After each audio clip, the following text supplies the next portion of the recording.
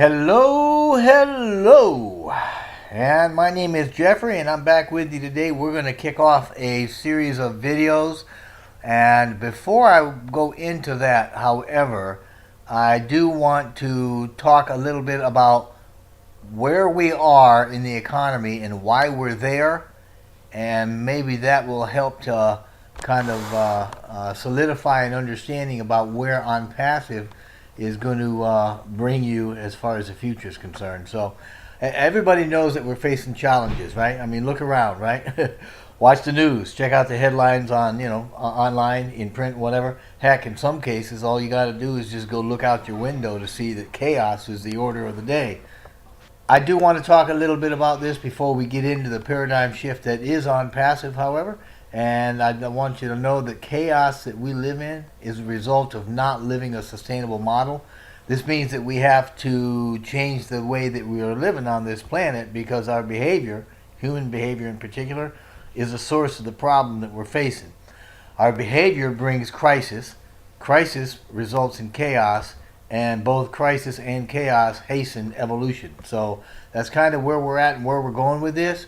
Now, I wouldn't say that we're in a state of failure right now. I mean, the economy's good, and there's things happening, obviously, but we're certainly exhibiting crisis because we've built a civilization that was done on bad information, so to speak. But it's changing. And when I talk about building a civilization on bad information, I'm talking about our beliefs and our belief systems in particular. So specifically, those that are based on bad information. I'm talking about things like our biology is the belief that is based on Newtonian physics, and the belief that our genes are controlling that biology. The competitive nature of life as stipulated by, well, at least in part by Darwin's survival of the fittest theory, and also the first step in evolution that says it comes from random alterations, mutations, kind of, in our genetics, and then passed on, through procreation or our offspring. But these are all wrong, and this problem became very apparent with the birth of the new science of quantum physics back in 1925. More recently as well, we came with a new science of epigenetics, which simply means control of the genes above our genetics. So anyway, these new sciences recognize that cooperation drives evolution, and it's all based on working together, right? Working in harmony, working with each other so that we can create a mutually beneficial future. How we adapt to these understandings will determine that future. Now, Einstein said it pretty clearly when he said you can't solve the same problems using the same thinking that created the problem to start with. So, probably the most important thing we need to take from this is that there's a lot more to humanity than just the physical expression, right? There's more to us than just our bodies and what we call this place we live in, reality.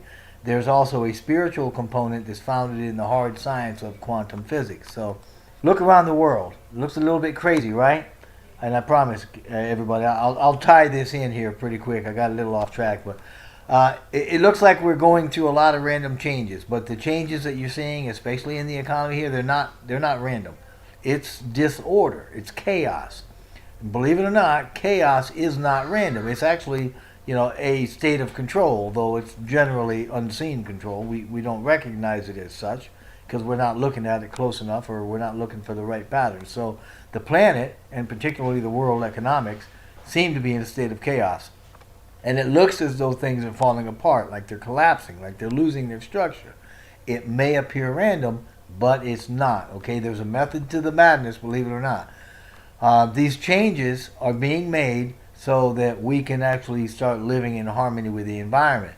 But to do that, we've got to break the old system down, and we've got to create a new one. So we can think of it like this. All the systems that we know about, they all have structure, right?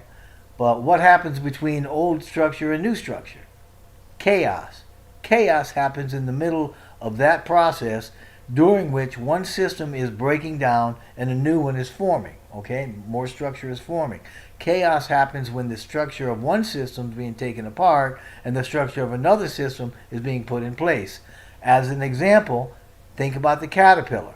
Okay, in preparation for inevitable change, the caterpillar is going to eat up a whole lot of leaves on a plant.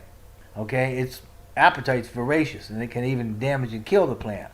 However, it then goes into what we call a pupa or a chrysalis. And that's the beginning of the transformation from caterpillar to butterfly that we call metamorphosis. And we can probably all agree that a caterpillar has structure and a butterfly has structure. But if we cut the pupa open, we see what appears to be, I don't know, gook, something. But this gook is actually it's a mass of cells. It's like a paste or something that appear random. It appears like there's no order at all. But in actuality, some of these cells are breaking down the old caterpillar structure, and some of the cells are building up the new butterfly structure. In our example, the pupa is chaos and represents where our economies are today. It may look like a mess, but it's really not. So when you look out the window and you see the chaos in the world, you read the news or you see things that are seemingly collapsing all over the place, it's not a bad sign. We are simply seeing the chaos, and it means that we're in the process of creating a new sustainable economy. And this is where OnPassive makes its debut. As we get into this series, I hope to show you some pretty great things that I've realized since I started this adventure about a year and a half ago. But I want you to know two important things about the timing of your entry into OnPassive. Being a founder, number one, and joining now, number two. I'm not going to labor the point except to say that as a founder, you have teams built for you that exponentially increases your income. And getting in now allows your teams to start getting built because the massive campaigns of the company are just about ready to start. So, if you've gotten an invitation from someone, please join using their link. If you believe that you've got the character required to be a founder and you're here looking for an invitation, then please click the link below. I would count it an honor to have you join with me. The first video in a series is going to be about how we got started. We'll talk about our vision, we'll talk about our CEO, and we will also talk about the GoFounders platform. I thank you, and I look forward to this series with you, while wishing blessings and blessings upon you and yours.